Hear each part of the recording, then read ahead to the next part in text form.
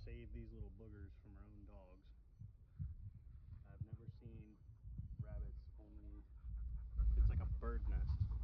There's no hole. It's just a bunch of, obviously, mama's fur, and it was tucked in, and I was wondering what the dogs were sniffing so much.